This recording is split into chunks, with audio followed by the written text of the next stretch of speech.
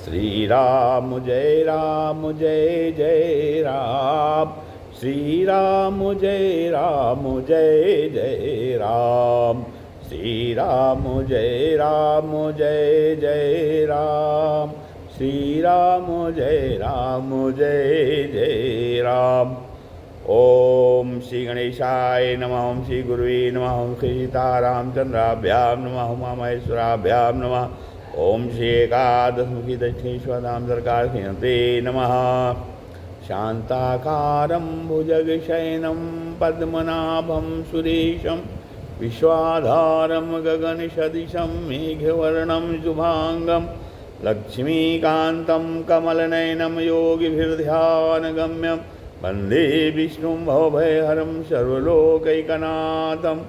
यं ब्रह्मा वरुणेन्द्ररुद्रमरुतः स्तुवन्तु दिव्यैस्तवैः, वेदैः साङ्गपदक्रमोपनिषदैर्गायन्ति यं सामगा, ध्यानावस्थितद्गतेन मनसा पश्यन्ति यं योगिनो, यशान्तं न विदुषुरासुरगणादेवाय तस्मै नमः।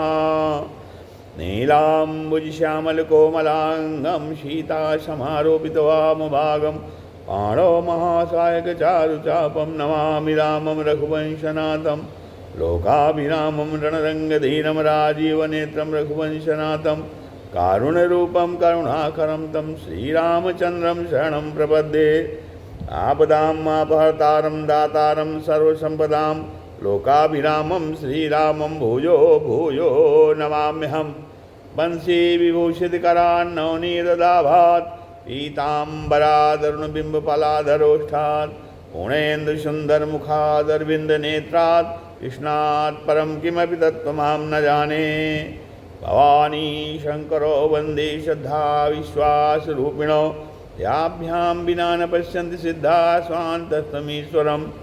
मनोजवं मारुतुल्यवेगं, जितेन्द्रियं बुद्धिमतां वरिष्ठं, वातात्मजं वानरयूथमुख्यं, श्रीरामदूतं शरणं प्रपद्ये। गुरुर्ब्रह्मा गुरुर्विष्णु गुरुदेवो महेश्वरः, गुरुसाक्षात् परब्रह्म तस्मै श्रीगुरुवे नमः। अज्ञानान्धकारस्य ज्ञानाञ्जनशलाकया चक्षुरुन्मीलितं येन तस्मै श्रीगुरुवे नमः। मूकं करोति वाचालं पङ्गुं लङ्घयते गिरिं, यत्कृपातमहं वन्दे परमानन्दमाधवं। श्रीराम जय जय राम, श्रीराम जय जय राम, श्रीराम जय जय जय राम। सत्संग क्रम में आज श्रीमद् भगवद गीता के अध्याय 16 समाप्त हो गया। अध्याय 17 आज प्रारंभ हो रहा है। शब्द 10 अध्याय, जिसमें जो है भगवान 16वें अध्याय, इसके पहले एक अध्याय अर्थात 16वें अध्याय के 23वें श्लोक से भगवान ने शास्त्र विधि का त्याग करके और फिर मनमाने ढंग से आचरण करने वाले पुरुषों को सिद्ध सुख और परमगत न मिलने की बात कहा। अब यह सुनने पर अर्जुन के मन में आया कि शास्त्र विधि को ठीक ठीक जानने वाले लोग तो बहुत कम हैं, अधिक मात्रा में ऐसे ही लोग हैं जो शास्त्र विधि को जानते नहीं, पर अपने कुल परंपरा वर्ण आश्रम संस्कार आदि के अनुसार जो है देवता आदि का श्रद्धापूर्वक भजन पूजन करते हैं। अब शास्त्र विधि का त्याग होने से ऐसे पुरुषों को नीची अर्थात आसुरी स्थिति होनी चाहिए और श्रद्धा होने से ऊंची दैवी स्थिति होनी चाहिए।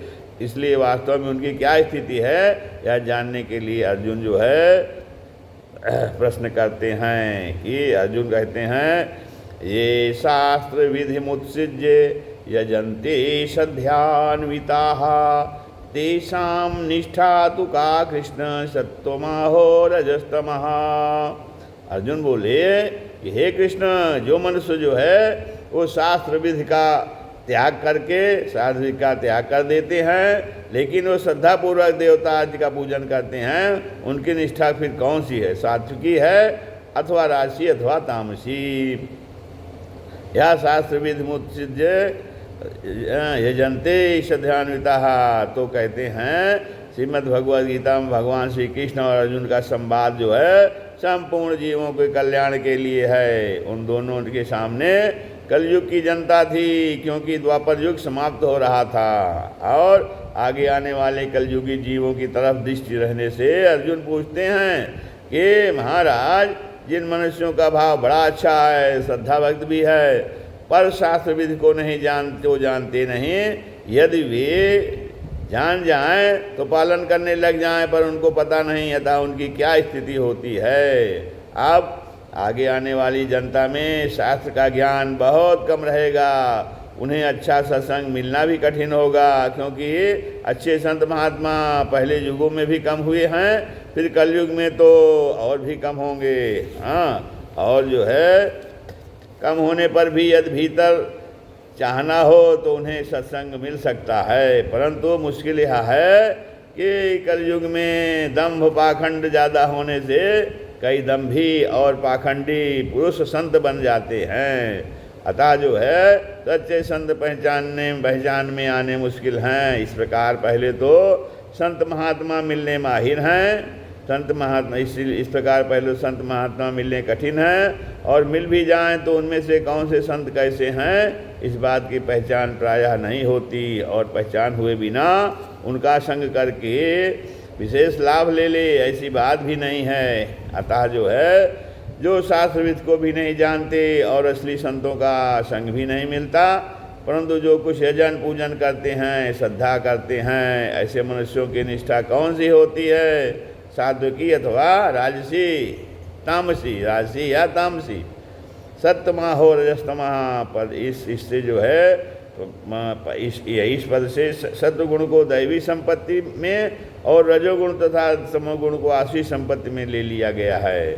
रजोगुण को आसुरी संपत्ति में लेने का कारण यह है कि रजोगुण तमोगुण के बहुत निकट है। तमोगुण रजोगुण और सत्वगुण तीनों गुणों में परस्पर 10 गुना अंतर है। जैसे 1 का 10 गुना जैसे 1 का 10 गुना 10 और 10 का 10 गुना 100, और उसी तरह तमोगुण 1 से 10 गुना श्रेष्ठ रजोगुण 10 है, और रजोगुण से 10 गुना से सद्गुण 100 है। तात्पर्य है कि तमोगुण और रजोगुण पास पास में है, जबकि सत्वगुण जो है दोनों से बहुत दूर है।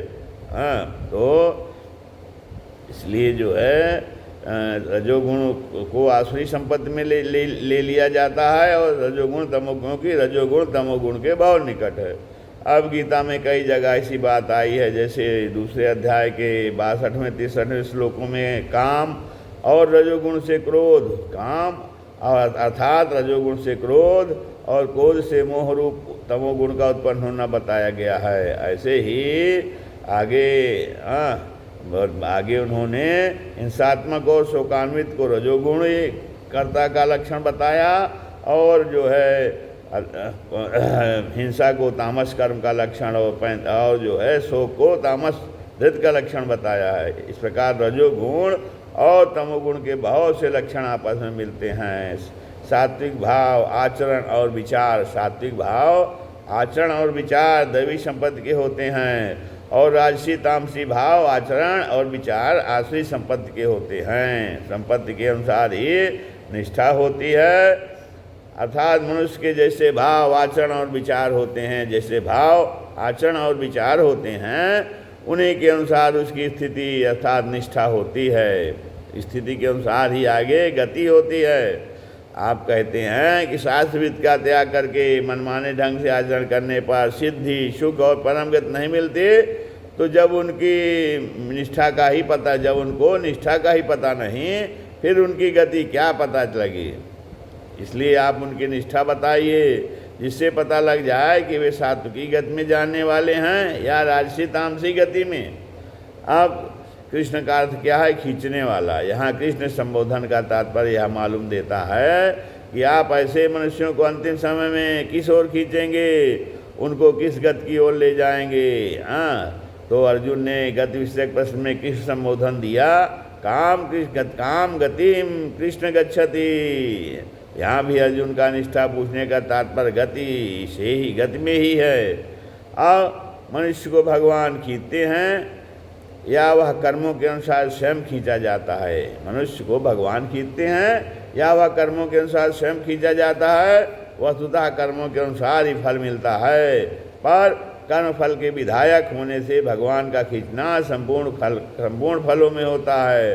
तामसी कर्मों का फल नरक होता है, तो भगवान नरकों की तरफ खींचेंगे। वास्तव में नरकों के द्वारा पापों का नाश करके प्रकारांतर से भगवान अपनी तरफ ही खींचते हैं। उनका किसी से भी वैर या द्वेष नहीं है। तभी तो आसुरी योनियों में जाने वालों के लिए भगवान कहते हैं कि वे मेरे को प्राप्त न होकर अधोगत में चले गए हैं। कारण कि उनका अधोगत में जाना भगवान को सुहाता नहीं है। इसलिए सात्विक मनुष्य हो, राजस मनुष्य हो या तामस मनुष्य हो, भगवान सबको अपनी तरफ ही खींचते हैं। इसी भाव से यहाँ कृष्ण संबोधन आया है। क्रोध का कारण रजोगुण है और कार्य तमोगुण है। हाँ, अब जो है शास्त्र विधियों को न जानने पर भी मनुष्य मात्र में किसी न किसी प्रकार की स्वभावजा श्रद्धा तो रहती ही है।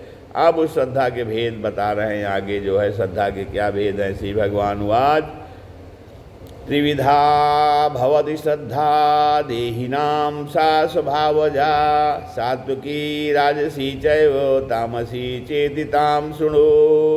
भगवान बोले मनुष्यों की वह स्वभाव से उत्पन्न हुई श्रद्धा सात्विकी तथा राजसी और तामसी ऐसे 3 तरह की ही होती है। उसको तुम मेरे से सुनो। अर्जुन ने निष्ठा को जानने के लिए प्रश्न किया था, पर भगवान उसका उत्तर श्रद्धा को लेकर देते हैं, क्योंकि श्रद्धा के अनुसार ही निष्ठा होती है। त्रिविधा भवति श्रद्धा देहिनाम मा स्वभावजा। अर्थात श्रद्धा 3 तरह की होती है। वह श्रद्धा कौन सी है? संगजा है, शास्त्रजा है, संगजा है, शास्त्रजा है, या स्वभावजा है। तो कहते हैं कि वह स्वभावजा है। सा स्वभावजा अर्थात स्वभाव से पैदा हुई स्वतः सिद्ध श्रद्धा है। वह न तो संग से पैदा हुई है और न शास्त्रों से पैदा हुई है। वे स्वाभाविक इस प्रवाह में बह रहे हैं और देवता आदि का पूजन करते जा रहे हैं। सात्विकी राजसी चैव तामसी चेति ताम शृणु। अब यह स्वभावजा श्रद्धा 3 प्रकार की होती है। स्वभाव से पैदा हुई अर्थात स्वतः सिद्ध यह स्वभावजा श्रद्धा 3 प्रकार की होती है। कैसी?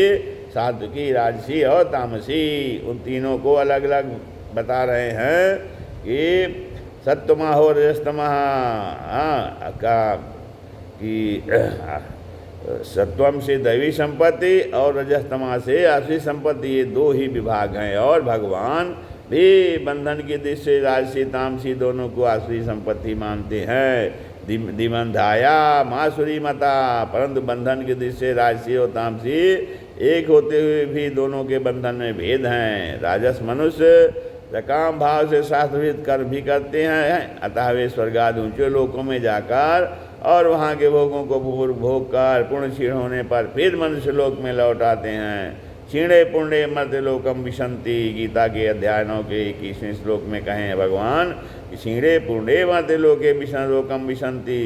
तो परंतु तामस मनुष्य शास्त्रविहित कर्म नहीं करते, अतः वे कामना और मूर्ता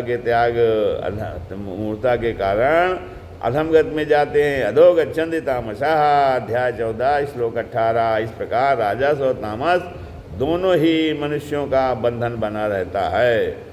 दोनों के बंधन में भेद की दृष्टि से ही भगवान आसुरी संपदा वालों को ही श्रद्धा के राजसी और तामसी 2 भेद करते हैं, और सात्विकी राजसी तथा तामसी तीनों श्रद्धाओं को अलग अलग सुनने के लिए कहते हैं। श्री राम जय जय